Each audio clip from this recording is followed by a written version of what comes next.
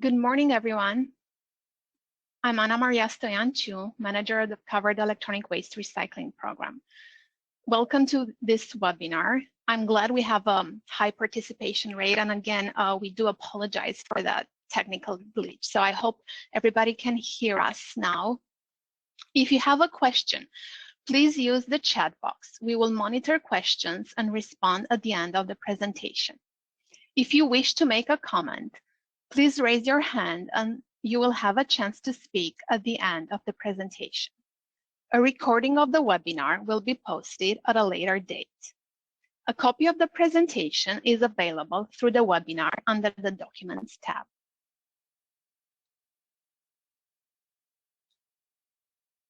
The purpose of this workshop is to discuss and consider possible changes to the Covered Electronic Waste, or CEW, recovery and recycling payment rates.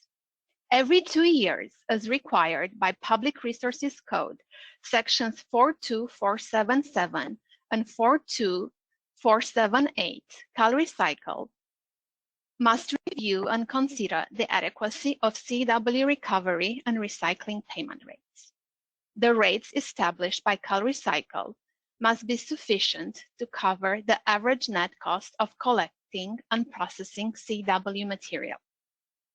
Program staff will present its evaluation of net cost information and make recommendations about payment rates. I will start with an overview of the program, including current industry dynamics. My colleague, Matt Sheehan, will then provide an analysis of net cost report data. Then I will present the proposed payment rates recommendations, and you will have the opportunity to discuss the recommendations. Last, we will look at next steps. We encourage your participation. For efficiency purposes, please provide oral comments at the end of the presentation during open discussion. As mentioned earlier, I will respond to questions and comments submitted via the chat at the end as well. The Electronic Waste Recycling Act of 2003 established a funding mechanism intended to improve and provide for the proper end-of-life management of certain video display devices. California was the first state to identify the need to support the proper management of certain e-waste devices and take action. The Consumer Fee and Payment Program is a unique model in the nation. All the other states that passed e-waste legislation have various producer responsibility models. Only compliantly documented CEWs from California sources are eligible for payment. The CEWs must be recycled in California, and derived treatment residuals must be properly managed. The payment rates are intended to cover average net costs of collection and recycling. You're probably familiar with this chart that shows how the program works. Consumers pay a recycling fee at the time of retail purchase of most video displays. Revenue from the fee funds the payment system. Approved recyclers pay approved collectors. CalRecycle then pays approved recyclers to make them whole. The chart shows the flow of money and payments and the flow of materials. Given that we administer public funds, we are concerned we pay only for eligible material and that material, including residuals, is handled compliantly. CalRecycle has the authority to set and adjust payment rates. The following device categories were recently added to the list of covered electronic devices via emergency rulemaking by the Department of Toxic Substances Control on December 20 last year. These new devices are organic light emitting diode, or OLED, containing televisions, OLED containing laptops, computers, OLED containing tablets, OLED containing desktop monitors, LCD containing tablets, and LCD containing smart displays. Beginning July 1st, 2022, this covered electronic waste can be collected and canceled for the purposes of recovery and recycling payments in the CEW recycling program. This chart shows the evolution of CEW material claimed for payment. Since the inception of the CEW recycling program, approximately 2.6 billion pounds of CEWs have been collected and managed in California. Overall, the CEW volume coming into the payment system has been declining. Historically, the majority of the CEW material has been cathode ray tubes, or CRTs. The volume of claimed CEW reached a high of 220 million pounds in 2008, but weights have been on a steady decline since 2012. Due to the depletion of CRT material, that total has declined annually to the current total of 73 million pounds of claimed CEWs in 2021. For the first time in 2021, claim volume of non-CRT cover electronic waste, measured by weight, surpassed that of CRT cover electronic waste. Non-CRT volumes have grown from 1% of the total CEW volume, or 2.2 million pounds in 2011, to 53%, or 38.7 million pounds in 2021. In terms of units claimed, non-CRTs surpassed CRTs back in 2019. This was not a problem-free transition, since processing non-CRT devices comes with a new set of challenges for the recycling industry. In terms of payment stats, approximately $1.1 billion have been claimed since the inception of the program. In 2021, $56 million were claimed for payment. In terms of active approved participants, at the end of 2021, we had 17 recyclers and 299 collectors. To put things into perspective, approved participants have been in decline since 2013, when the program had 544 collectors and 61 recyclers. This slide shows the evolution of CRT cover electronic waste material claimed for payment. The CRT volumes peaked in 2008 when 219 million pounds were claimed for payment. The second highest volume occurred in 2012 when 209 million pounds were claimed. Subsequently, the CRT volume started to drop a little bit each year. Since 2016, the decline has started to be significant. Last year, the CRT dropped by 21% from previous year. This slide shows the CRT and non-CRT unit comparison. As stated previously, non-CRT's units claimed surpassed CRTs back in 2019. Non-CRTs represented 59 of the total CEW units in 2019, and that rose to 67% in 2020 and to 76% in 2021.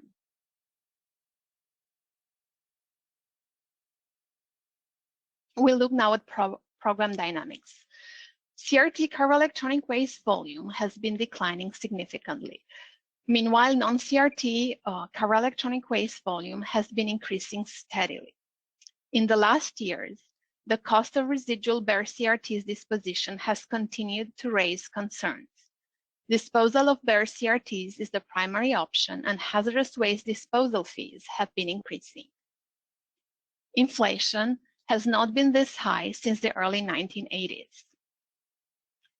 Commodity prices have been fluctuating. On one hand, metal prices have soared. On the other hand, plastic prices have been down due to export restrictions and shifting markets and outlets. Last but not least, COVID-19 pandemic impacts are still felt through the value chain. Scrap exports have been impacted by lockdowns. Also, volumes are still low for some recyclers.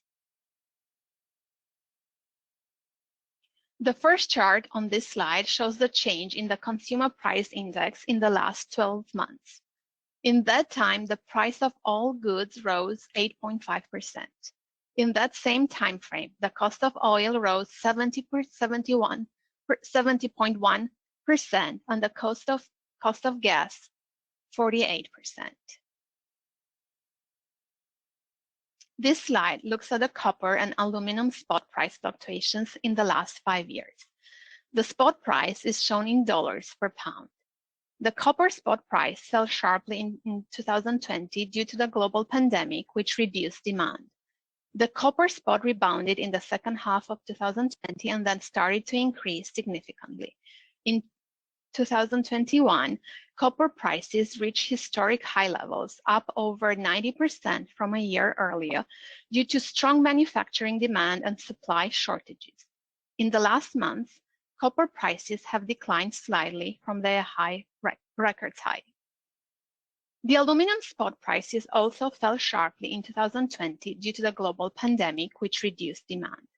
The aluminum spot also rebounded end of 2020 and then spiked in 2021. At the end of the summer of 2021, aluminum prices reached their highest levels in over a decade. Since then, the aluminum prices have declined, followed by a rebound. This slide looks at the gold and silver price fluctuations in the last 5 years. Both have increased in value roughly 50% in the last 2 years. Gold reached a record high in 2021 and remains close to that high in 2022. Inflation has been driving investors to buy gold as a relatively safe store of value. The management of non-CRT cover electronic waste poses numerous challenges to the recycling industry.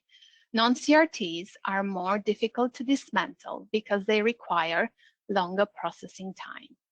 They also have less intrinsic material value than CRTs due to miniaturization.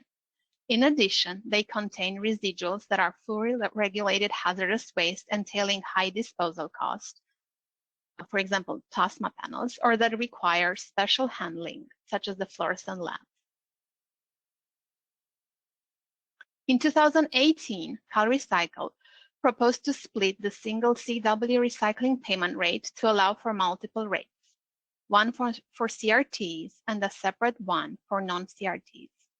The regulations established the regulatory structure necessary to accommodate a differential recycling payment rate for non-CRTs. The regulations also require approved recyclers to report separately the net cost associated with recycling CRT cover electronic waste and non-CRT CEW. The emergency regulations were readopted in 2020 and were set to expire this May. In September 2021, CalRecycle started the formal rulemaking process to finalize the emergency regulations and filed the regulatory package with the Office of Administrative Law in February this year. On April 6, 2022, the Office of Administrative Law approved the proposed regulation, so these regulations are now permanent. CalRecycle has the authority and responsibility to evaluate the standard statewide CEW recovery and recycling payment rates every 2 years and to adjust them as warranted to reflect the average net cost of providing CEW recovery and recycling services as intended by the Act. The statute requires CalRecycle to establish an electronic waste recovery payment schedule for CEW generated in the state to cover the average net cost for a collector to operate a free and convenient system for collecting, consolidating, and transporting CEW generated in the state. The statute also requires CalRecycle to establish a CEW recycling payment schedule for CEW generated in the state to cover the average net cost for a recycle to receive, process, and recycle each major category of CEWs. Regulations require net cost reports to inform CalRecycle in its duty to set payment rates. Converting reported costs of yesterday into standardized payment rates for the future is the challenge. Net cost reports provide a look into the past and are not necessarily indicative of future industry costs. Net cost reports are only part of the puzzle, and CalRecycle has limited ability to predict the future.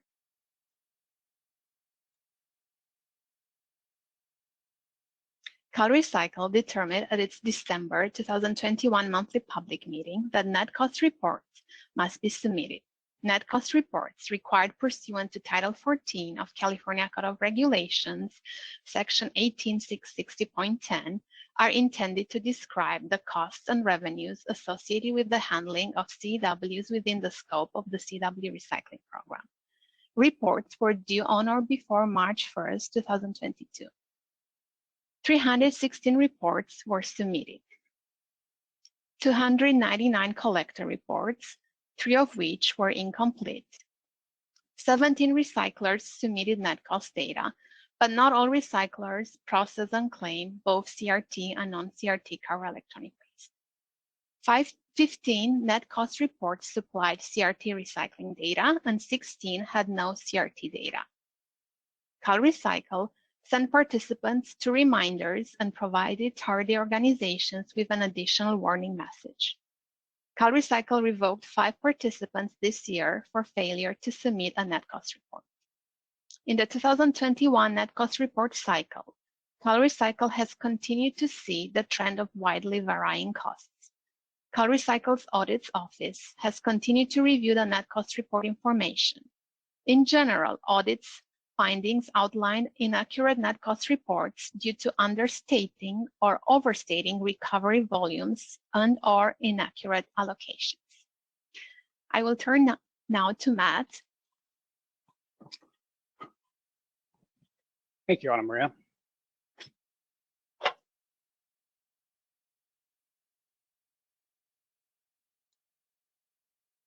This slide shows the industry-wide net cost for CEW recycling.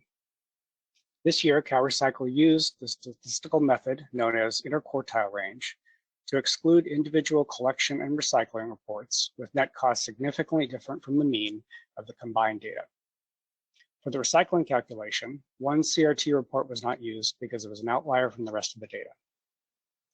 To calculate the overall net cost to industry, CalRecycle used a weighted average, which gives an industry-wide per pound net cost.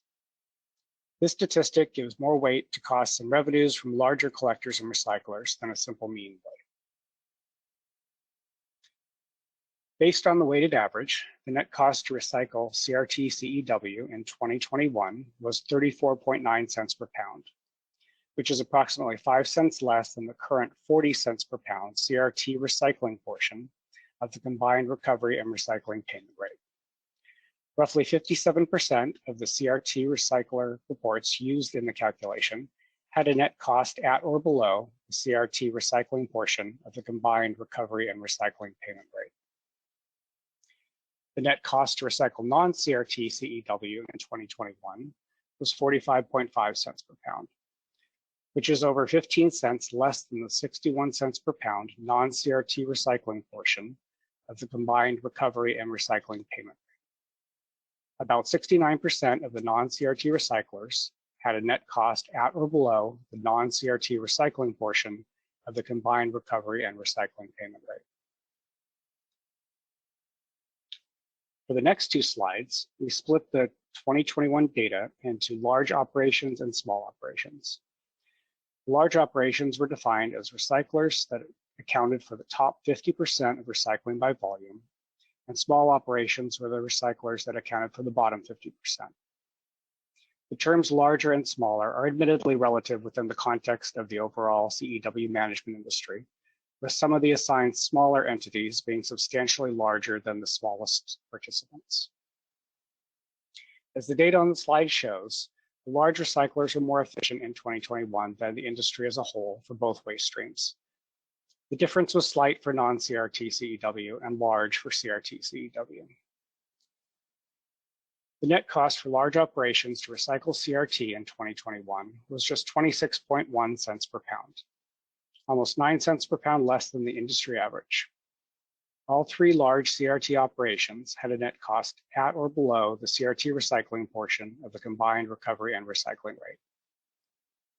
The net cost for large operations to recycle non-CRT in 2021 was 44.7 cents per pound, just under 1 cent per pound less than the industry average. As with CRT CEW, 100% of the large non-CRT operations had a net cost at or below the non-CRT recycling portion of the combined recovery and recycling rate. The net cost for small operations to recycle CRT in 2021 was 45.5 cents per pound, almost 11 cents per pound more than the industry average and over 19 cents per pound higher than the recycling cost for large operations. Only 40% of the 10 small CRT operations had a net cost at or below the CRT recycling portion of the combined recovery and recycling payment rate. The net cost for small operations to recycle non-CRT in 2021 was 46.1 cents per pound, over half a cent per pound more than the industry average and over a cent per pound more than the weighted average cost of large operations.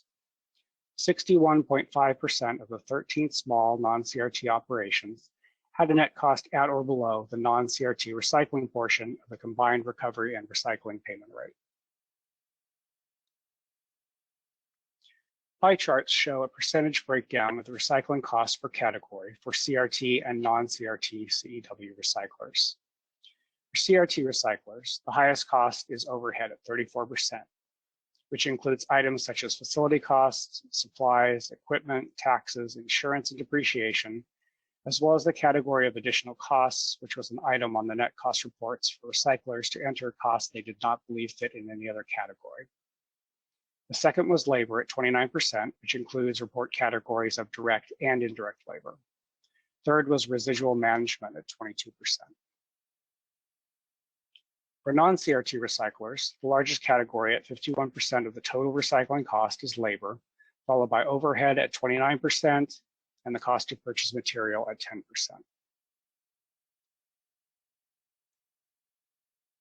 Of the 299 recovery reports received, 37 reports were excluded because they were outliers, and 3 reports were excluded because they were incomplete. The weighted average net cost for recovery activities in 2021 was 28.9 cents per pound. 47.5% of the collectors had a net cost at or below the current recovery payment rate of 26 cents per pound. As with recycling costs, CalRecycle calculated the top and bottom 50% of collectors by volume. In this case, the results showed that the small operations were more efficient than the large operations. The net cost for large operations to collect CEW in 2021 was 30.2 cents per pound, roughly 1 cent more than the industry average. Only 26.7% of the 15 large operations in the calculation had a net cost at or below the recovery payment rate. The practice of paying third-party handlers in exchange of CEW material continued. In 2021, collectors paid almost $6.5 million to handlers in exchange for CEW material. The net cost for small operations to collect CEW in 2021 was 27.5 cents per pound, 1.4 cents per pound less than the industry average.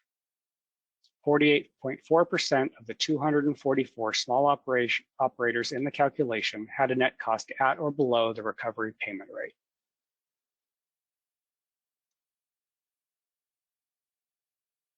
(2017) was the last year CalRecycle looked at the combined recycling rate for CRT and non-CRT, which was also the year it reached the highest historical combined cost of 46.9 cents per pound. 2017 was the highest historical cost for recovery as well. From the start of the program, recovery costs varied between 14 and 17 cents per pound until 2017 when costs jumped to 20 cents per pound. In 2017, 13 CRT recyclers and 7 non-CRT recyclers submitted split cost reports on a voluntary basis.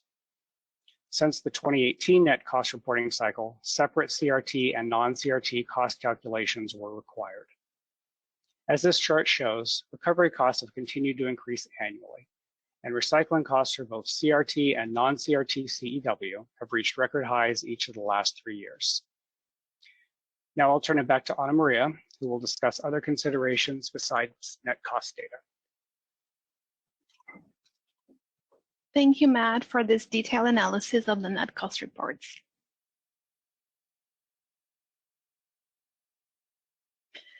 Reconciling average net costs and seeming intent of the Act is challenging. Payment rates based on averages do not cover all. By definition, some are paid too little and others are paid too much. Weighted average reflects entire industry's costs. It allows consideration in context of scales and efficiency. Regulations anticipate unmet costs.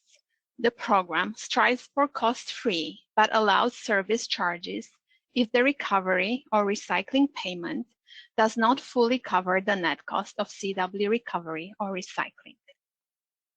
Besides the average cost, what else we need to take into considerations?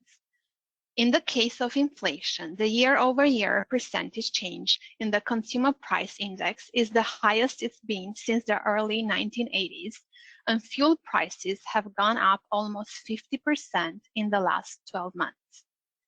Additionally, it is unknown how long the war in Ukraine will last and how it will affect global markets. As already discussed, CRT volumes have been in decline for years. In the next years, the CRT CEWs will be depleted, and we've been talking about this since several years now. Also, non-CRT devices are getting lighter. We already knew that non-CRTs are harder to dismantle and have less intrinsic value than CRTs.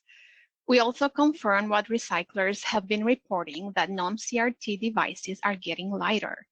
CalRecycle staff did some web searches and showed that when looking at TVs of the same screen size, non-CRT TVs' weights have declined considerably. Based on industry cost data reported by approved collectors and recyclers, staff analysis of this data and industry trends, as well as staff consideration that there will be market fluctuations that impact future costs and revenues, staff recommends that program proposes to increase the recovery payment rate from 26 cents per pound to 33 cents per pound. Program proposes to increase the CRT recycling portion of the combined recovery and recycling payment rate from 40 cents per pound to 52 cents per pound. As such, program proposes to increase the combined recovery and recycling payment rate for CRT cover electronic waste from 66 cents to 85 cents per pound. Program also proposes to increase the non-CRT recycling portion of the combined recovery and recycling payment rate from 61 cents per pound to 70 cents per pound. As such, program proposes to increase the combined recovery and recycling payment rate for non-CRT CEW from 80 cents per pound to $1.03 per pound. Changes will take effect July 1st, 2022, if approved. So effectively, July 1st, 2022, compliantly submitted and received claims will be subject to the new payment rates. This is the proposed revised regulatory language for the recovery rate. Beginning July 1st, 2022, the standard statewide recovery payment rate is 33 cents per pound. This is the proposed revised regulatory language for the combined recovery and recycling payment rates for CRT CEW and non-CRT CEW. Beginning July 1st, 2022, the standard statewide combined recovery and recycling payment rates are 85 cents per pound for CRT CEW and $1.03 per pound for non-CRT CEW.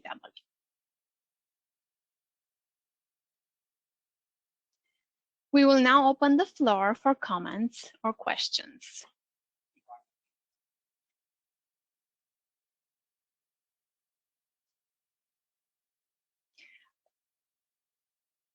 We'll unmute now Ivan Martinez, who has a question.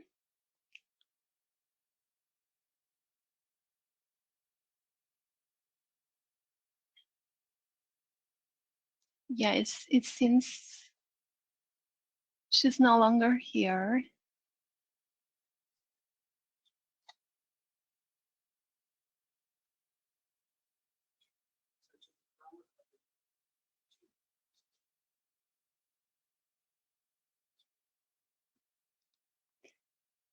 Yeah, we got a question from Aaron Blum, and he would like to confirm that the recovery rate will be 33 cents per pound. That's correct, Aaron. Do you also want to have a, do you want to comment? I know you raised your hand initially.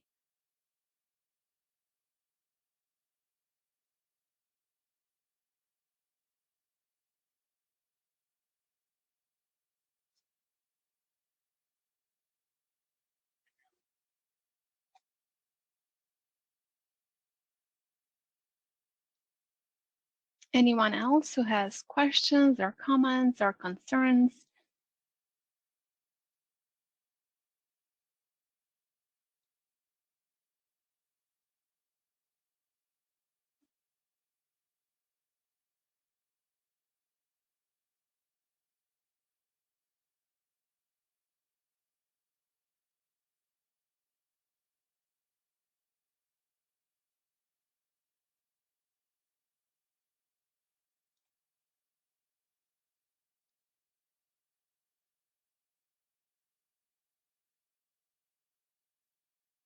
We still have time. Any questions, comments, concerns?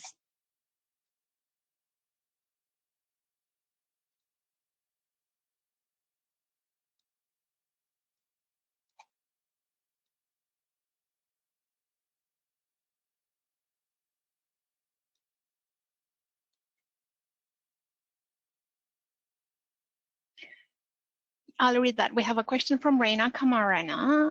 Does a notification go out automatically for every CEW that needs to be submitted? I'm not sure I do understand the question. Can you please be more specific? What notification, what do you mean by CEW that needs to be submitted?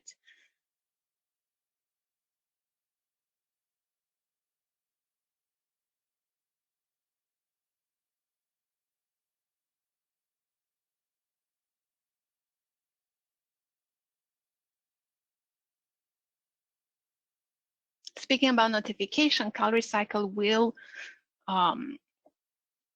notify stakeholders after the May public meeting, and you'll see that on our last slide, the next steps action, and we'll once these changes are approved, we'll of course notify stakeholders. So I'm not sure whether this is what you meant by notification.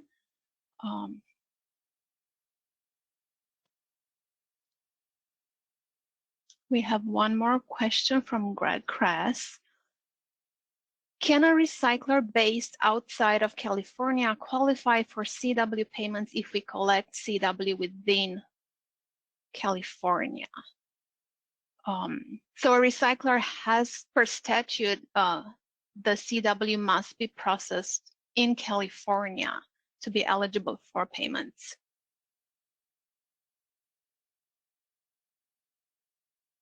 There's one question from Dennis Kazarian. Is there any consideration regarding batteries and solar panels? Dennis, thank you for this question. As you know, solar panels or batteries are not in the scope of the Covered Electronic Waste Recycling Program. CalRecycle has been working with a few other agencies, such as Department of Toxic Substances Control, California Public Utility Commission, California Energy Commission, and Air Resource Board. So we've been working on 2 white papers that include policy recommendation on end-of-life management for solar panels and EV batteries. We are now in the final stage of drafting this white paper, and we anticipate that we will publish them sometime towards end of this year. We'll also organize a stakeholder workshop when the 2 white papers will be released. So at this point, this is the information I can provide you about solar panels and batteries, and specifically EV batteries. We have one more question from Max Montes. Do you plan on adding any other devices to the program, such as printer? Thank you for this question. So first of all, it's very important. Program or CalRecycle cannot add devices to the scope of the program. That has to be done through legislation. CalRecycle and the program has been supportive of this.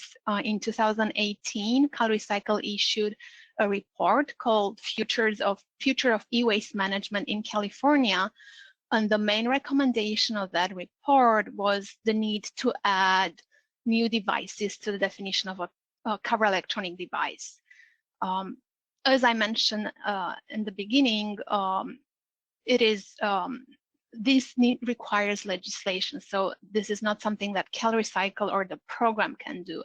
The legislature needs to amend the act and include other devices in the scope of the program. One comment from Juan Marquez: thank you for all the information. I thank all of you for your engagement. We always are eager to learn from industry.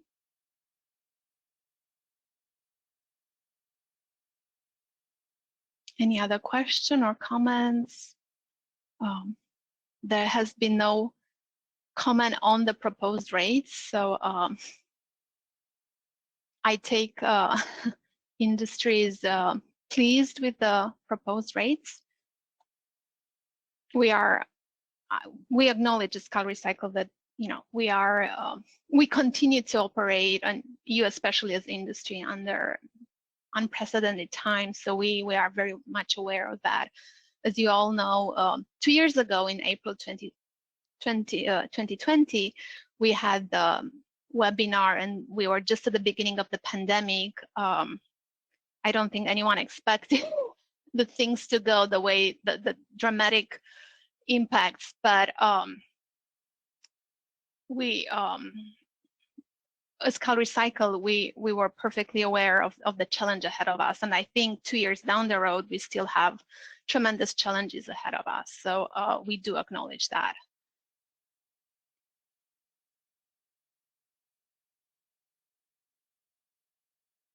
All right, if no one else wants to speak, we still have one last slide.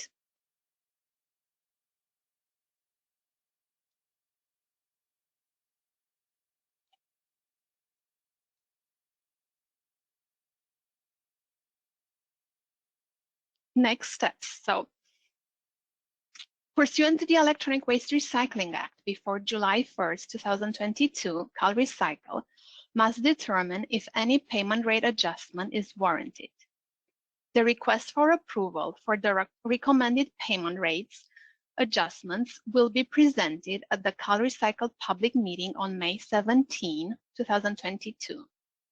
Once the payment rates are approved by our director, CalRecycle will file any rate changes with the Office of Administrative Law. So as I mentioned before, we will of course keep you apprised of this next step. So we will inform you, we will remind everybody of the CalRecycle monthly meeting in May 17, and then we will inform stakeholders when the proposed rates were approved by our director. With this being said, our director obviously has the authority to change the rates. This is the program's recommendation, but it's up to our director to approve them. And then once we get the approval, we will file the rate changes with the Office of Administrative Law. And subsequently, we will, of course, send another listserv to inform stakeholders about the hopefully approval of the proposed changes. So Matt tells me there are no other questions or no other comments. This concludes our workshop. In case you have questions or comments, please contact me or Matt. We thank you for your participation and continued engagement. I wish you a good day. Bye.